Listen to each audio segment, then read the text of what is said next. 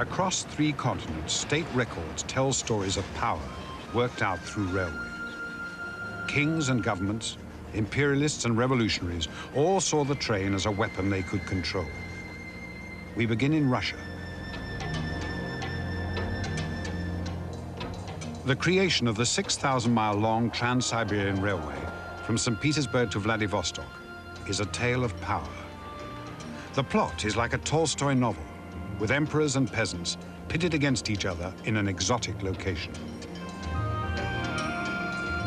The train is neither the hero nor the villain of the piece, but its role is never far from center stage. As with all things in pre-revolutionary Russia, the story begins with the Tsars. Alexander III and his son Nicholas II were presiding over a dynasty in decline. In the late 19th century, the ability of the Tsar to control his enormous empire was under severe strain. Understandably, with such difficult lines of communication, governing the empire was limited to rather symbolic acts. Say it took a year and a half, or even 2 years for a message from Moscow to reach the Tobolsk or Irkutsk governor. He needed the same amount of time to report of the fulfillment or non-fulfillment of any orders or to ask for clarification. All this gave the impression of a vast distance that was as real for somebody living in central Russia as the dark side of the moon. Alexander was obsessed with holding on to Russian territories, the ethnic territories in particular, and he was terrified, especially after the assassination of his father, Alexander II, of any kind of revolutionary movement whatsoever. Nicholas was the first royal prince to travel to the Far East in Asia. On his way home, his father asked him to officiate at the groundbreaking ceremony in Vladivostok for the new Trans-Siberian Railway.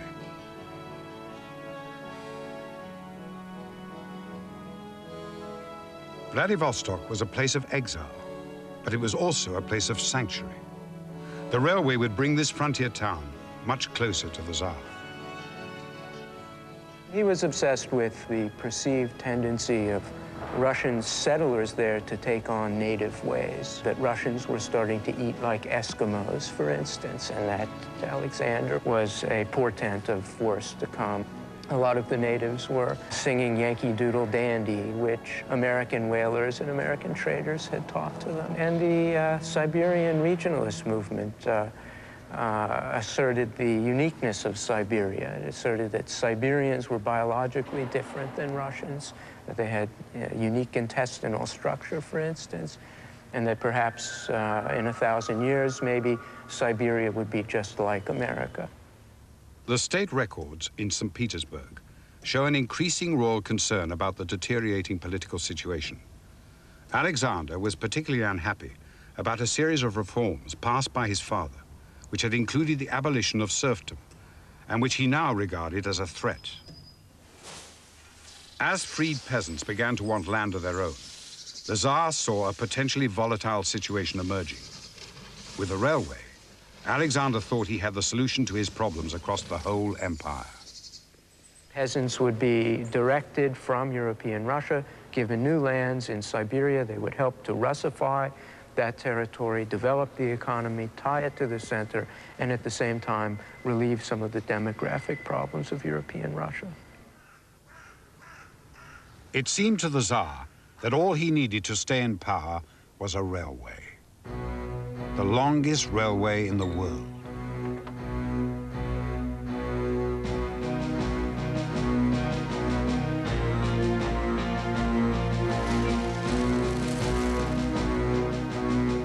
Alexander commissioned an artist to paint the entire route of the railway.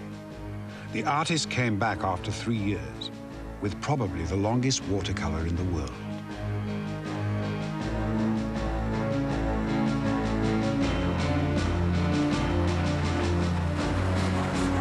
Railroads were, above all, a symbol of prestige and progress and power. If you had a railroad, then you were a modern, advanced, powerful nation. And the Trans-Siberian Railroad, which was to be the longest railroad ever built, and which was to be built faster than other railroads, would put Russia in the ranks of the leading nations of the world.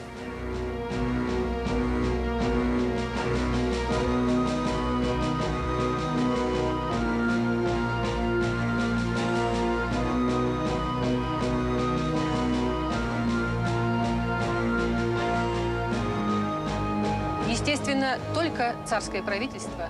Naturally, only the Tsar's government, only the state exchequer could solve the problems posed by such an enormous construction project. The Russian bourgeoisie, the new capitalist class, was still too weak. So the Tsar was the key figure to define the future of Russia in the second half of the 19th century, the future of Siberia and the Far East.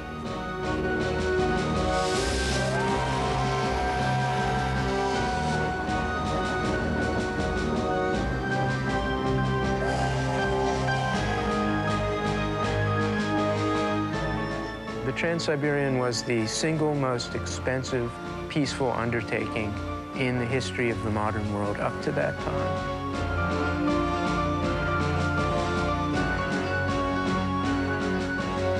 I would say that the best parallel would have to be the space program of Russia or of the United States, something which has eaten up enormous amounts of government spending and has produced, in the end, nobody knows exactly what.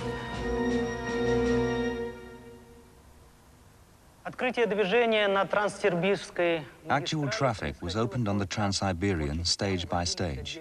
Gradually, the railway was put into operation, and unfortunately, it was only opened in its entirety by the outbreak of World War I.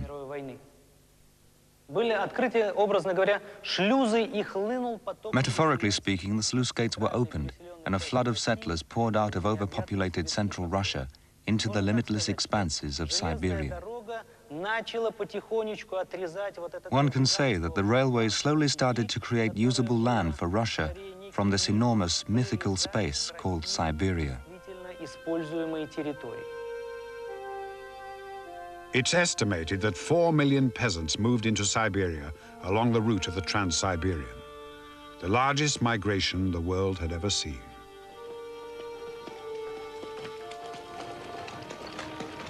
The might of imperial power spread further eastward as villages sprang up right across Siberia. The state realized that it's quite difficult to uproot people, whole villages from their usual dwelling place. To do so, people needed to be convinced that resettlement was both necessary and worth their while. So everything possible was done. The government issued all sorts of publicity material, special newspapers, where they described the land, living conditions, and a whole range of state benefits. Travel costs were paid by the state as well.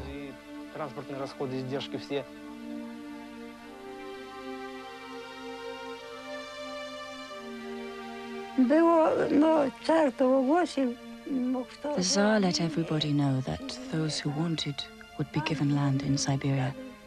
A piece of land would be given to everybody to work on. I don't know how many of them came here first. I just know that we came with our mother alone. Nobody came after us in 1912.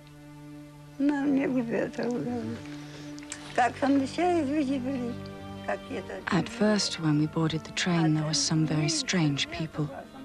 I was the oldest. The youngest was only 2 years old. And we looked at these people and started crying. They had beards.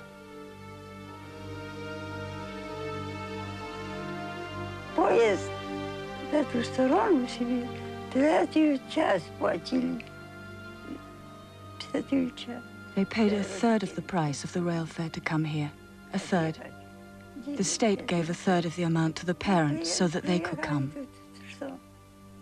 And when they came, what? Nothing. Hills and a bit of land. And then they worked and worked.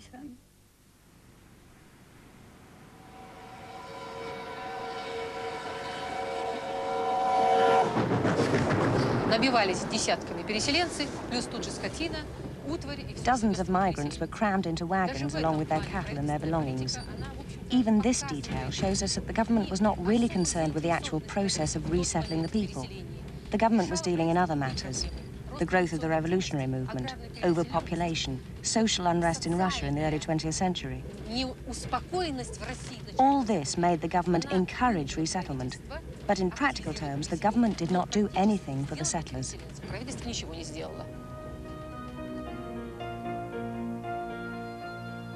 Siberia was being Russified. However, many peasants arrived to find the best land already taken.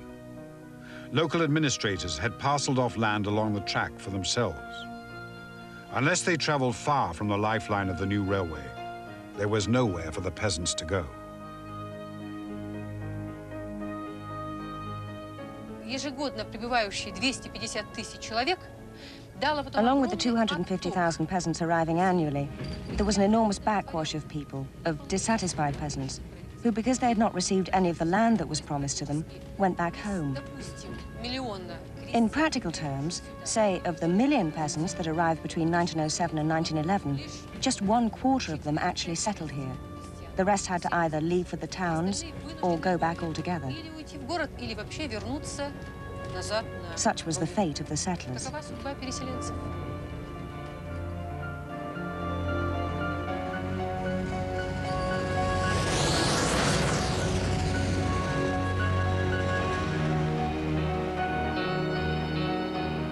The government intended to build the railroad at any cost. Whatever the cost, it had to have this railroad. And the result was a railroad that was built very rapidly, but construction was shoddy throughout. Much of it had to be rebuilt as soon as the railroad opened for operation in 1904.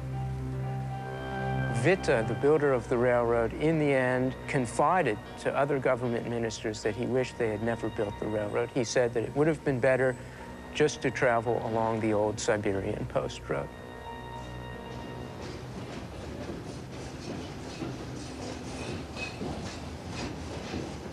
Дорога — это сложное техническое сооружение, которое само по себе требует. Railways are complicated technical operations which require a significant number of people as well as highly qualified specialists to run them. Engine drivers, metal workers, other skilled workers. Стала толчком для создания.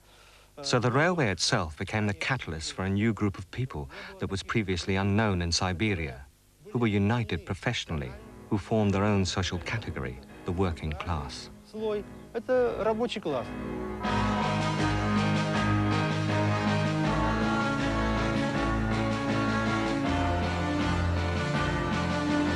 The railway had taken on a power of its own.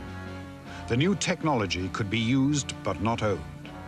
The Tsar was about to discover that his railway was no longer at royal command. The railroad was intended to bind Siberia to the center, to uproot any potential revolutionary activity, especially separatist activity. It was intended to give Russia the advantage in any possible conflict with foreign powers, especially China or England. In fact, what happened was just the opposite of what was intended.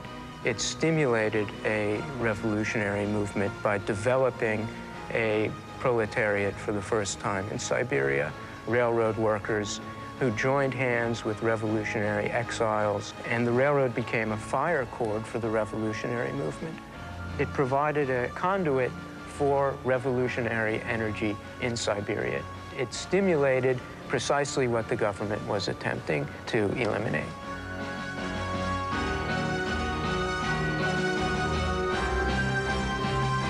The removal of the Tsar was the first revolution of the railway age. Rulers saw railways as power and tried to harness them to their own ambition. But although the train could be used for change, it could create change itself. The railways of India were also at the center of the battle for power. Here, the British had built the largest railway network in the world, a monument to empire. But one man recognized the railway's potential for change.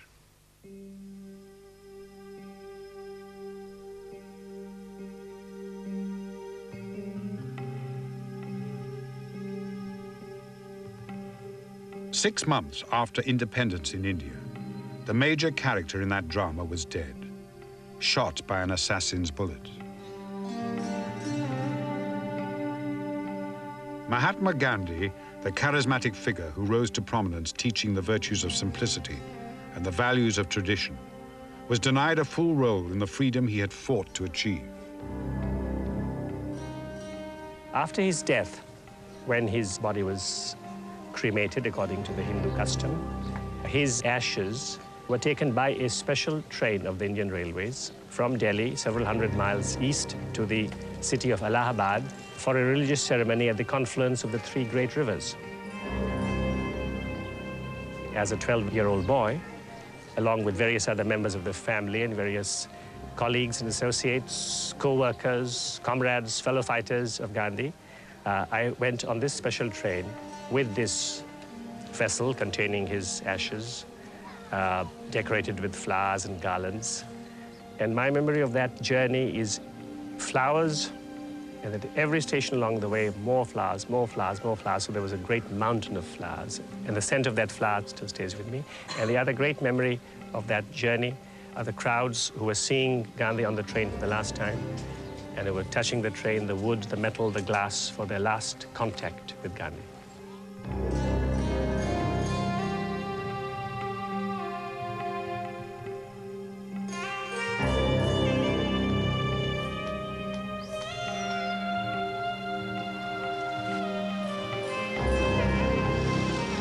Gandhi's struggle to free the people of India was played out across the whole subcontinent. Like other leaders, Gandhi realized the importance of railways. However, he had started out firmly opposed to this foreign technology. Good travels at a snail's pace. It can therefore have little to do with the railways. Those who want to do good are not selfish. They are not in a hurry. They know that to impregnate people with good requires a long time. But evil has wings. To build a house takes time. Its destruction takes none. So the railways can become a distributing agency for the evil one only. It may be a debatable matter whether railways spread famines, but it is beyond dispute that they propagate evil.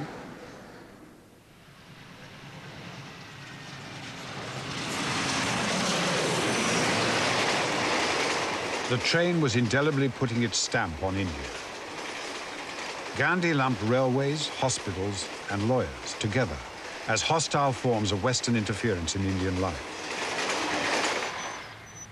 He considered railways as a means of exploitation of the poor.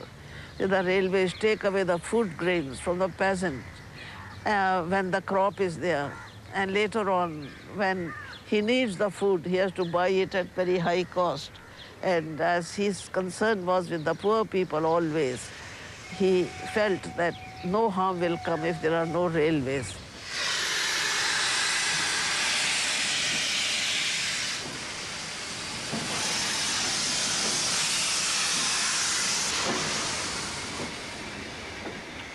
Nearly half a century after Gandhi's death, Indian slum dwellers scavenging for coke in Old Delhi Station offer little confirmation of the dreams of either empire or independence.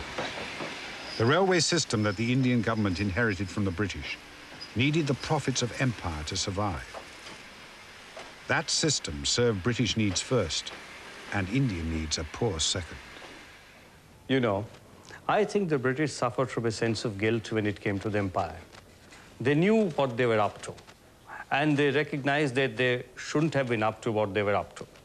So what they did was to draw a veneer of respectability on their various deeds and visualize themselves as great reformers, great benefactors of the native populace. The honor, the dignity, and the glory of imperial Britain are concerned in it. The complete permeation of these climes of the sun by a magnificent system of railway communication would present a series of public monuments vastly surpassing in real grandeur the aqueducts of Rome, the pyramids of Egypt, the Great Wall of China, the temples, palaces, and mausoleums of the great moguls.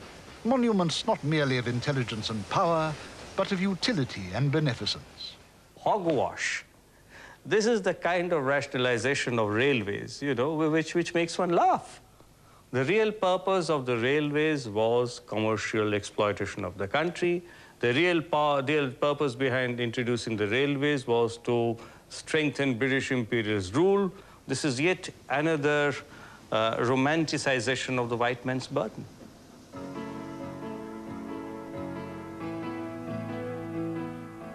The British built a world in their own likeness, and in the age of empire, the railway was an ideal instrument. Within 30 years of the arrival of the world's first passenger service in Britain, colonial engineers had begun building railways in India.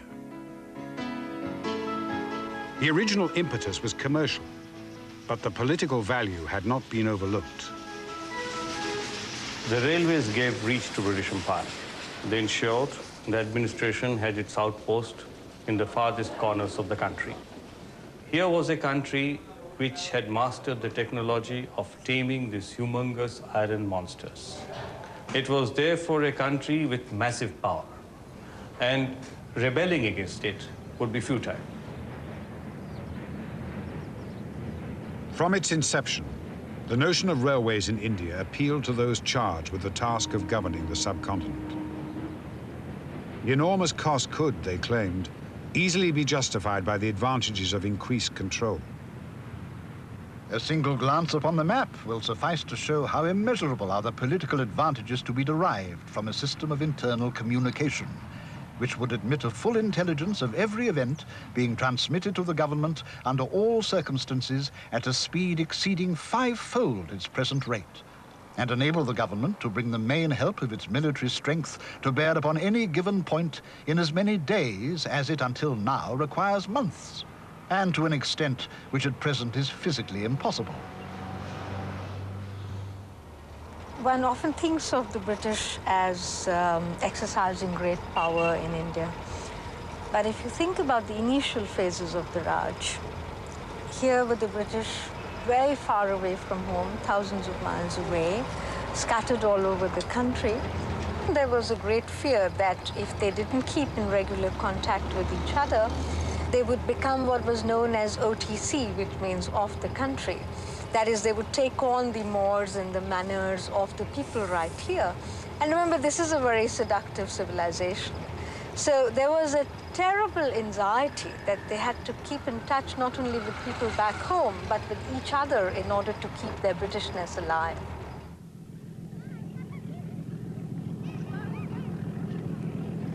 By developing the resources of a mighty empire, hitherto almost without roads, by stimulating the industry of its inhabitants, whose natural intelligence has been either lost in apathy or chilled by the petrifying influence of caste, while by the easy and rapid concentration of our troops, our power must be irresistible, and the glory would be ours of having done our duty to the 100 millions of our brethren committed to our charge, attaining at once a more assured and consolidated empire, a vastly augmented revenue with a more industrious and therefore a richer and a happier people.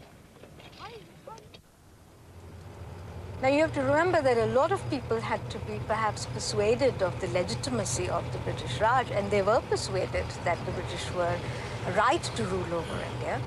And this, I think, that they achieved primarily through the theatricality of power in which the railways were very important. They were not only instruments of communication, they were also expressions of the fact that this power could be displayed all over the country. People didn't have to just come to the capital to see the British power. It could be seen all over the country in terms of the theatricality of the trains.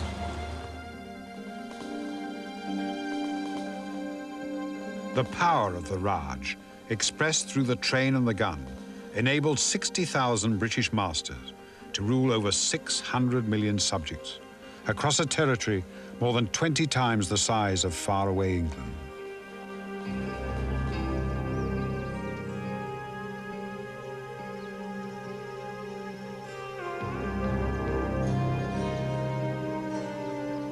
In India, the British adopted the techniques of power and display of India's previous conquerors, the Mughals.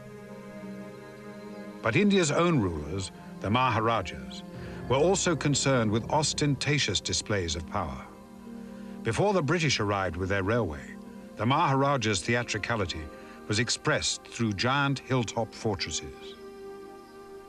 My family, which was the ruling family, came here 700 years ago as a small band of 200 horsemen, and the influence spread throughout this territory, which is known as Marwar, and it was really a clan rule as such.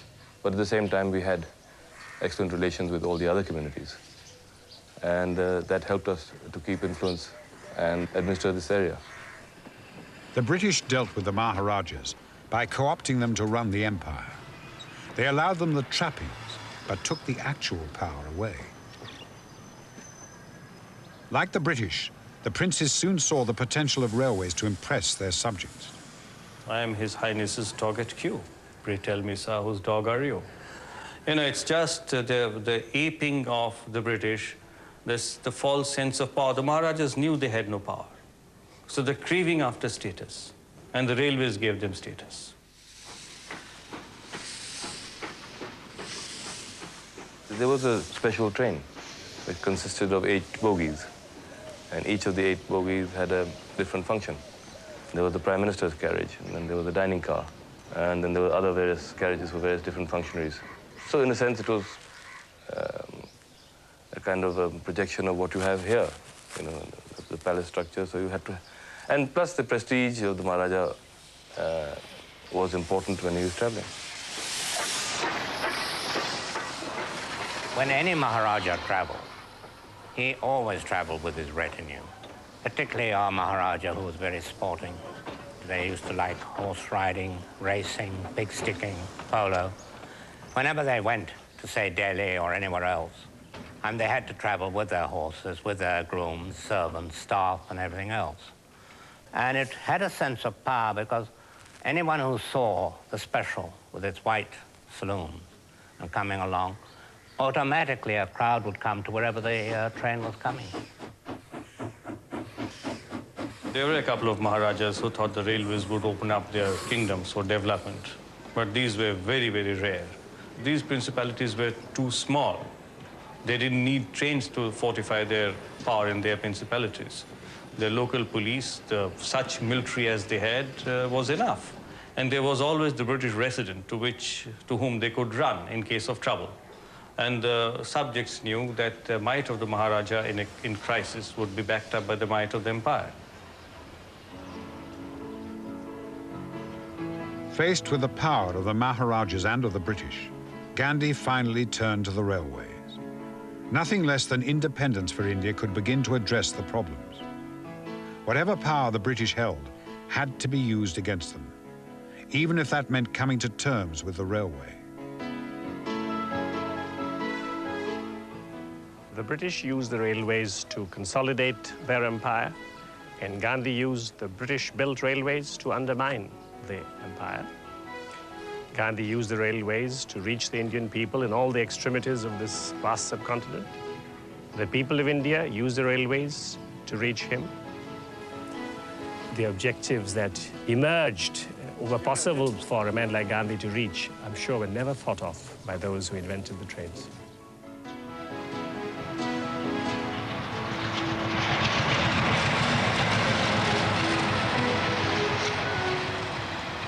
Gandhi was certainly a soaring idealist, but at the same time, he was also a very sober realist, and therefore he tried to work out a synthesis between the lasting values of Indian culture, of our traditions, and of the good values in Western culture. And that is why perhaps he got reconciled to the use of railways in later life. For Gandhi, simply using the train to travel was not enough. The medium of travel had to be part of the message. Gandhiji always traveled third class. He wanted to identify himself with the poor people, with the common people who could only afford third class travel. To Gandhi, symbolism was very important. And he realized that the symbol that would attract Indians most was that of a man who sacrifices. And this step was prompted by the awareness that if he wanted to unite India, he had to symbolize the aspirations of India. He had to symbolize the kind of people Indians would follow from their own tradition. And therefore, traveling by third class fitted well into the entire approach that he has adopted in politics. Gandhi used railways like politicians of today use television, extending his personal appearances to a wider audience. The railways amplified his call to the Indian masses and enabled his personal magnetism to reach people who before could only have heard of him, but never have seen him. One of the interesting decisions of his was to locate his ashram in the mid-30s for the last 15 years or so of his life in a village called Sevagram, which was only 4 miles from a railway station called Wardha. And Wardha stands on the intersection of the great trunk routes of the Indian railways.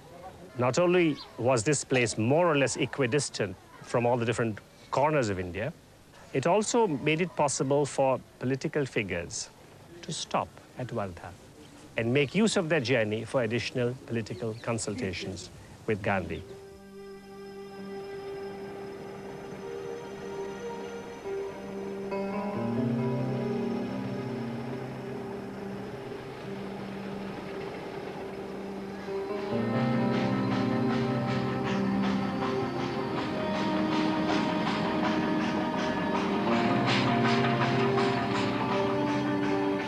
After nearly a century of British control, the railways of India were being taken over by one man. The trains were serving a new master, and throughout the country, there was the feeling that the struggle for freedom was nearly won. Gandhi symbolized that optimism. When I was with Gandhiji, at that time, he had become a Mahatma, and he was revered all over India, particularly by the common people, the poor people. They would stand there for hours, the whole night perhaps, and they wanted just to have a glimpse of him. People were just worshipful, and they were willing to give whatever little they had because they felt that this man stood for them, and they had full faith in him that he will take India to independence.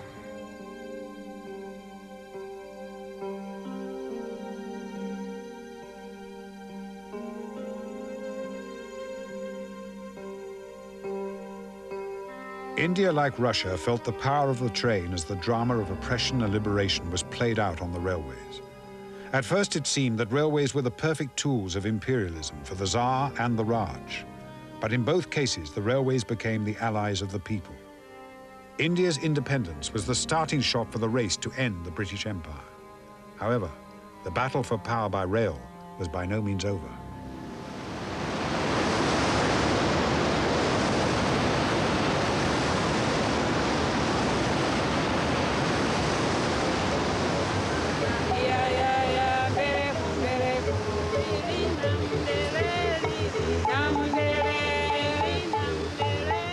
In Africa, the white man came for slaves and wealth.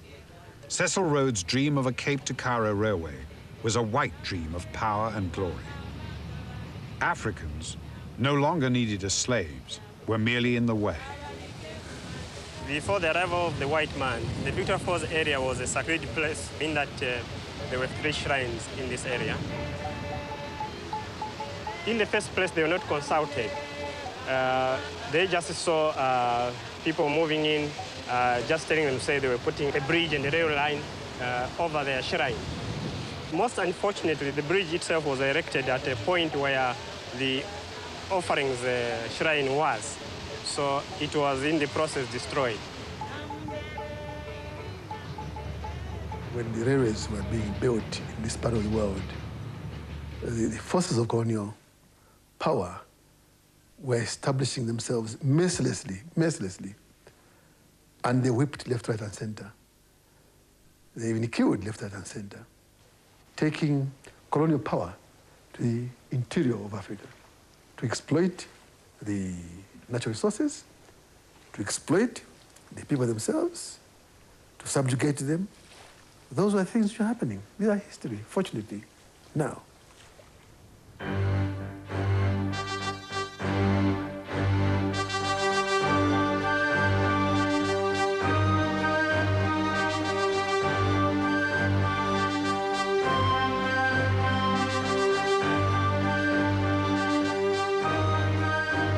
Today in Central Africa, there is a railway that is not a monument to empire, nor a legacy of imperial ambition. 1,200 miles of Chinese and African-built track connect Zambia and Tanzania and give landlocked Zambia access to the sea. It was the first black railway in Africa and China's largest ever aid project. Now it's known as the Tazara, but when it was built, it was called the Freedom Railway. It wasn't really designed to be a sort of anti-Western railway at all. It was just that we want to get away from dependence on Africa, dependence on Rhodesia, dependence on the Portuguese Mozambique and Portuguese Angola. So we started building with the assistance of the Chinese, and that's how we built it.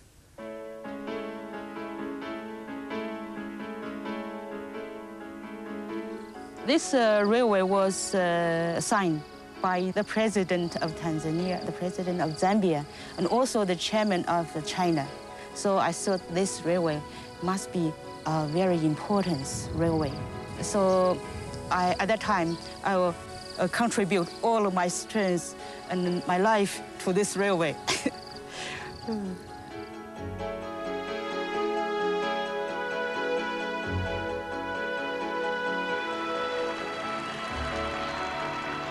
The first reaction was that we had sold ourselves to the communist regimes, and we were therefore going to be tied hand and foot to them to do whatever they wanted in this country. The second one was a cynicism that the Chinese cannot possibly build a railway which would run. And thirdly, that the whole of the cost would be so expensive, so high, that we would never be able to repay the money, and so on and so on and so on.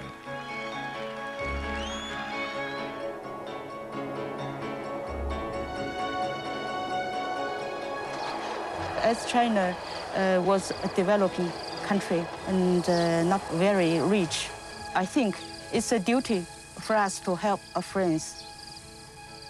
So that's my duty to come here, to give some assistance to the Africans.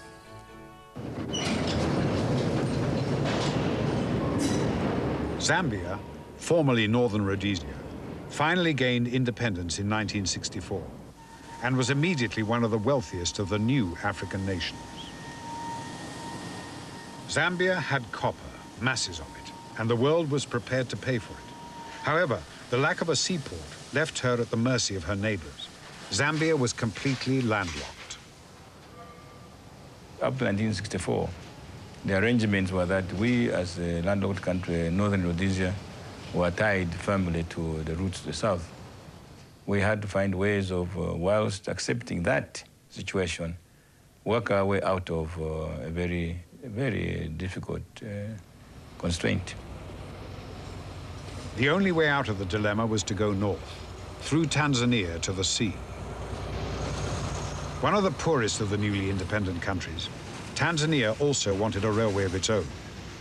It had a port at Dar es Salaam, but like Zambia, could not build a railway without help. For both countries, the new route was identified with freedom and progress. Practically all Zambia's copper passed over Victoria Falls Bridge, carried by Rhodesian railways. The West both controlled the route and had massive interests in Zambian copper. However, with the self-confidence of independence, the Africans wanted to change that. The West did not. The financing of the study to see whether it was a justifiable project from the investment point of view was done by the British, the Canadians, and the other Western authorities. And yet, when the project came out to show that it was a viable project to stand on its own feet, would not to produce any problems on the developing nations' investment programs, suddenly all suffered, not cold feet as much as claimed they had no money, maybe go around next one. And we spent a lot of time going around every one of them. Not one of them was prepared to do anything. They could not say the project is unviable, but equally they couldn't give us a reason. We knocked at the doors of Westminster and got no favorable response. Later we went on to the Americans, got no favorable response. And of course, what the British did, you'd expect the Americans to support. So we drew a blank from Western powers. In 1965, southern Rhodesia declared independence from Britain. When the nightmare happened and the Premier Ian Smith closed the border, Zambia lost her route to the sea. Railways are romantic things, but the story of this one is turning a little sour. Normally, Zambia would use Rhodesian railways for all imports and exports. The effect is, at the moment, that all traffic is virtually at a standstill. The Rhodesians have held up an estimated £18 million worth of copper on its way south. The mining companies have stopped shipping, and imports to Zambia are stopping too. Unless something remarkable happens, this is the end.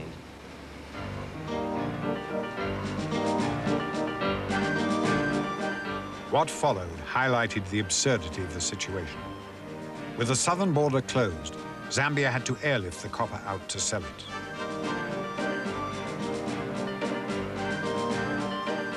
The old colonial road, the Great North Road, was pressed into service to move the copper.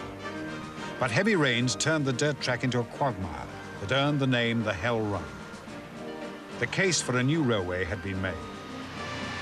Without Western support, the answer lay in the east. For Tanzania, Zambia's partner in the railway, the motive was not only economic, but ideological. Julius Nyerere, the socialist leader of Tanzania, was no acolyte of the West. When China made overtures to him, he listened.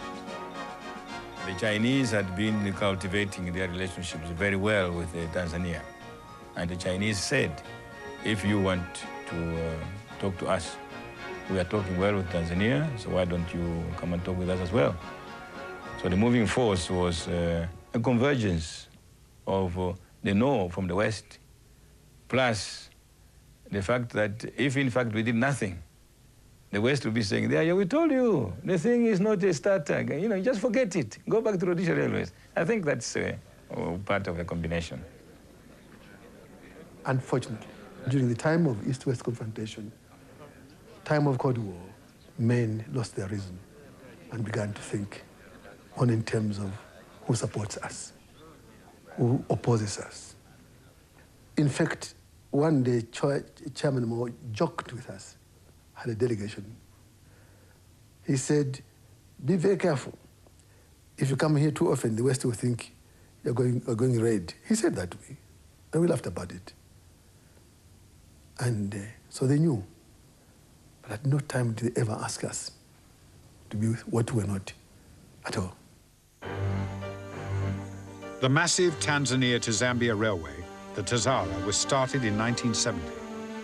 China has offered, first of all, to make a survey of the Tanzanian side of the projected railway.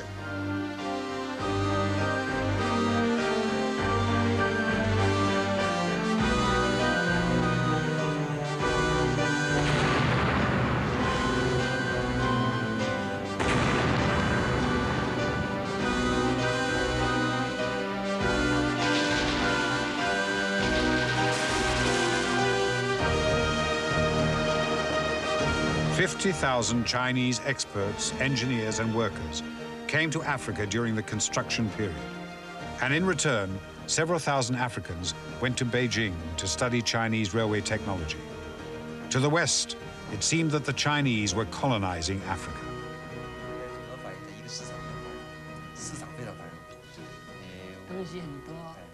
The Cold War had entered Zambia, but the Africans were not taking sides.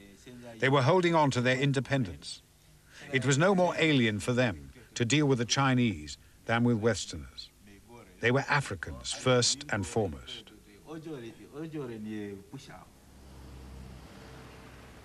It was in 1972 when I won a scholarship to go to China.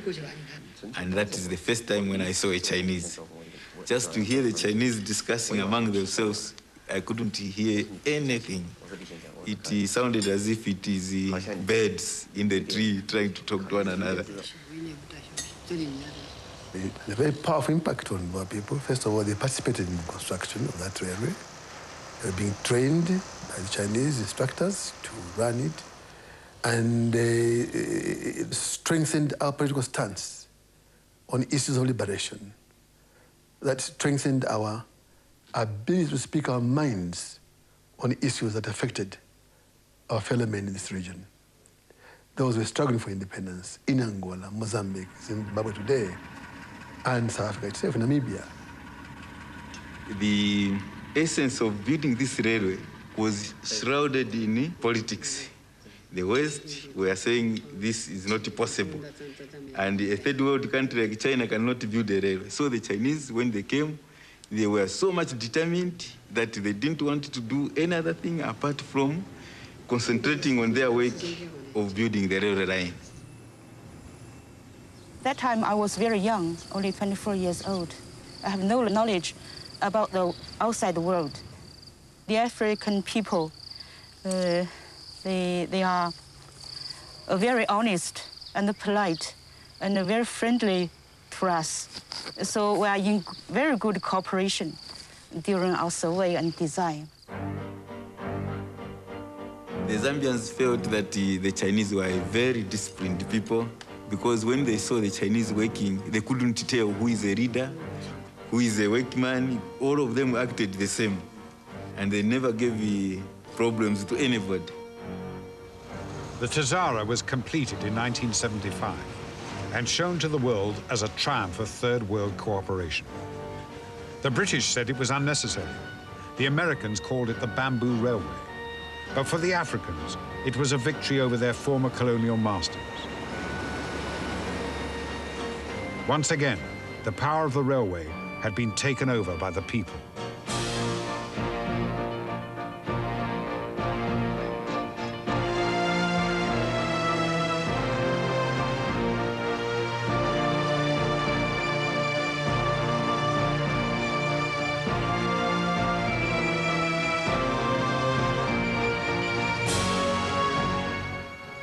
Locomotion continues next Saturday. Tomorrow in True Stories, to mark the 50th anniversary of the greatest invasion in history, we take you back to both the battlefront and the home front with never-before-seen news footage, home movies, snapshots and personal letters that tell the human side of the events of June 1944. Normandy, The Great Crusade, tomorrow night at 8:30. Shortly, The Bill.